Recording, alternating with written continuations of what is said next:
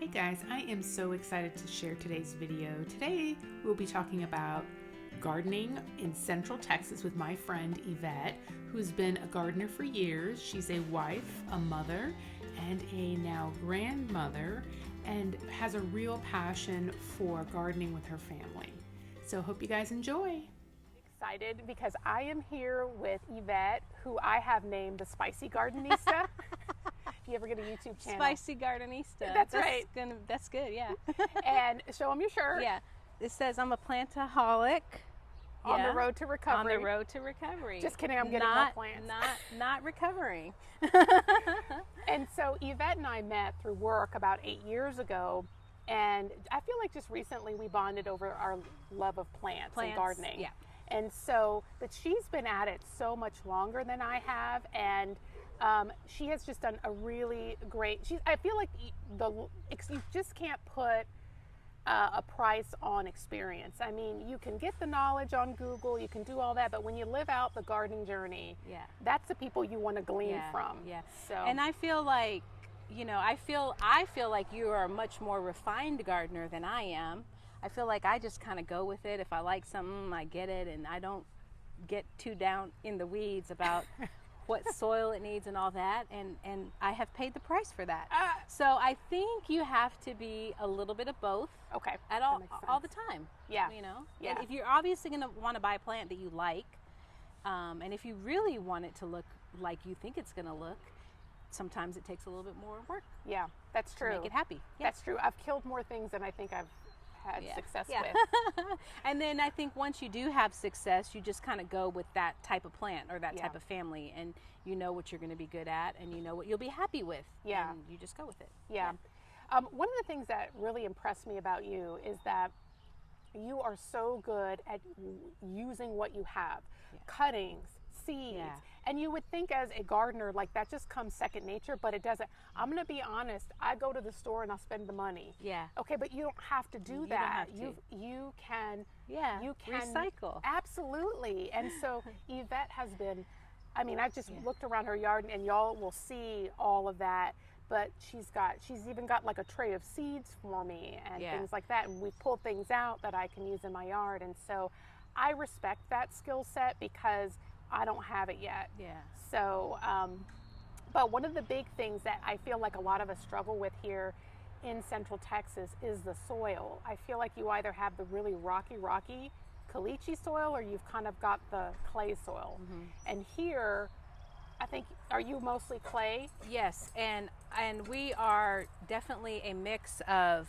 Here's Martin, the sweet puppy. There's Martin. We are a mix here, and I think when you have those kind of problems with your soil, you in that instance you do need to know what's going to work for your soil. But if you do raised beds, you can usually doctor things up really well, and that helps. And then of course, if you're going with native, you're going to be good kind of no matter what there, so that helps. So in my beds that are raised, flower beds and garden beds, we've doctored it up. We put fresh soil, we put compost from time to time, so that it just to help it out. But other areas, you just have to say it's not gonna work because of the soil. Gotcha. Yeah. So don't kill yourself trying to amend the soil if it's just not gonna happen. I don't think it's gonna happen to that extent. I think sometimes you have the Japanese maple. They say that's very particular with the soil. You can put that in a bed, but you're not going to get that to just grow in a random spot in your yard if you don't get it prepared. So it can be challenging with that. Gotcha. So what I hear you saying is that you have done soil prep. You try to research what works well, but you also know when to cut your losses and say it's just not going to happen. It's not going to happen. Yeah. And I've never done the soil test. Did you do that in your place? No, I'm going to. So we should do it together. We should. I've got the tool. Yeah. So don't go for buy those one. For those of you out there, if you just go to your local Master Gardener or Texas Ag web pages, you can find the instructions. Any gardening class in this area you go to, they always have the kit, the baggies, and how to send it off and all the information. So that I have not done that. I would like to do that, and this maybe something we could do together. But I think that really helps people a lot too for their area, especially like if you live a little bit farther out of town. If you live, there's not a lot of vegetation growing already. You need to know where to start with. So try to take advantage of whatever free things are going on in your area. Bell County does a really good job of free stuff. The Harker Heights Library has Master Gardeners come out usually every 6 or so weeks. They do a class. If you go, you almost always get free plants. So go to that. Master Gardeners have their annex in Belton, and they have programs. So check your local area and see what you can learn for free, because I think we all spend a lot of time on computers at our work, and we don't want to necessarily come home and watch something on a computer how to do it, but we will watch a person teach us how to do it. And it's kind of fun. You can meet people, and they always help you if you have questions. They're just great resource. I just found out about the whole Master Gardener Association and like what that's about recently, and so look into that because it's kind of like having an Yvette or just a master gardener right there who can share their experience in the context of your local area and what works. And so definitely a huge resource that you may not be tapping into. So I agree. How are you dealing with irrigation in the summer? So I don't have a drip irrigation. I'm very jealous of people that do. But that's something that my husband and I are probably going to work on. But we just water. We just You're hand watering. Hand watering every day. It is like having a pet. You have to water and feed that pet every day. You have to water every day. In the dead of summer, I would say like July and August, you really can't skip a day. It is just too hot. June, you can still get away with skipping a day. Of course, if it's still raining, you don't have to. But I just really feel like July and August, you skip, your stuff's going to be hurting. It's going to be real droopy. You can bring it back, but so we hand water every day. I usually do the front, part of the back, and then Rob does the garden area. It's a large yard, so two of us do it together. It gets done a little bit faster, but you definitely have to water every day, and we just hand water. We do have a sprinkler, a septic system, so we have a sprayer, so that does get some of it, but the rest of it we just hand water. Okay. Do you water twice a day? Once a day. Once a day. We water in the evening. I don't water before I go to work. On the weekends, sometimes we will water in the morning, yes. But most of the time, we water in the evenings. When the sun's kind of going down in the middle of summer in July, it's not going down till like 8:15. That's when we do it. Gotcha. And that's worked out well for you. It's worked out well. Yeah, by then we've already finished dinner and all that, and so we just come out here and we do what we need to do. Gotcha. Have you, with the watering in the evening, have you noticed any issues with like fungus at all, or? No, I think in the middle of summer, July and August, it's too hot even for fungus to grow. The weeds are usually dying back at that time too, so no, we haven't had any problems with that. Got it. Okay, so that's really, now if you guys do the drip irrigation system, I'm telling you, put that puppy on a timer. I'm jealous of people that have that. We're going to look into it. But one thing I will tell you though, with the drip irrigation system, you really do have to be careful, because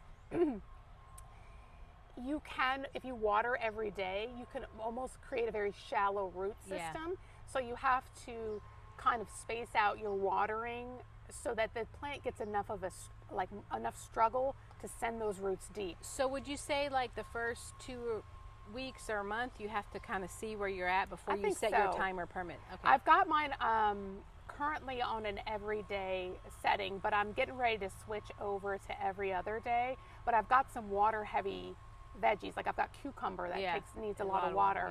And I was going to sort of see what happened when I did that. Now I may have babied them too long and they might really struggle, but so we'll see. The other thing I wanted to ask Yvette was what her favorite gardening hacks are, and she's brought a tool. The dandelion weeder. Okay. You can get this on Amazon or at any store. I don't know if you can see it. There you go. But this is really great when you have when you live out here and you have grass that was not put down from sod and you're just always trying to pick weeds.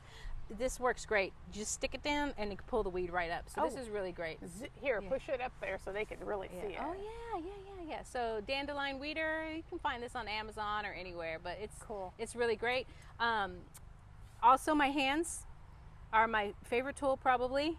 Look at, you should wear gloves. I don't always wear gloves, and then I pay the price. Don't leave your tools out, because if they get rained on, they'll get rusty and your husband will get mad at you. Because they're not cheap. Because I'll leave tools laying all around. So don't leave your tools out, and wear gloves. All right. All right. So we talked about Yvette's favorite tools. Hands, got the weeder, bing, bing, bing. And we've got, sometimes she wears gloves. But her secret weapon is her husband, Rob, who is very, very handy. He's a good gardener. He didn't want to be in today's video, but he has built all sorts of stuff for you. Yeah, he's built all sorts of stuff. He's put up fences. He's taken fences down. And he does have a green thumb. He started the avocado we have from seed. A lot of these plants we have, citrus and stuff, from seed. And he really does have a good green thumb, and he is very helpful. I feel like I don't have a green thumb. I feel like I just kind of go with the flow. I water and I pray and I talk to my plants, and I hope it works out. But Rob really, he I don't know, maybe he has more patience to do the research than I do, but he does have a green thumb. So you guys are partners in the gardening experience, which I think is great. Yeah, he digs holes and I put stuff in them. It's great. Even better. It's even better. It's so funny. I saw a picture of somebody like digging these standard hole, like they were putting a tree in, and they like dug it 3 times the width of it. Me, I'm like, I'm digging that puppy just big enough to get in, stuffing it in there. Yeah. So, but so I think that's great, and I love just watching you two, just even interacting this morning. Again, he didn't want to be in the video, but just watching y'all's interaction with one another, talking about your garden. I just think it's a testament to what gardening really gives us, in terms of just connection with one another, connection with the land. I think it's great.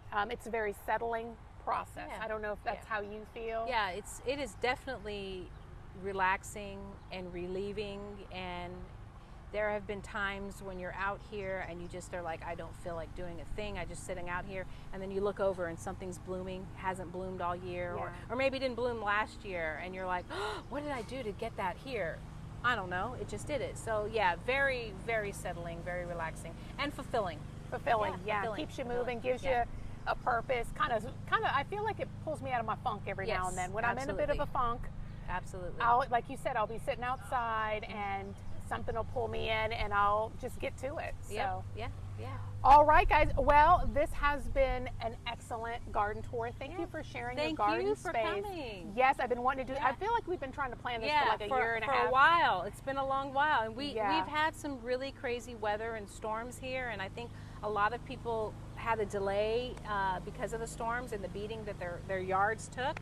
So part of it was that, but yeah, I'm glad you finally came. Thank you. So thanks for watching, guys, and y'all take care.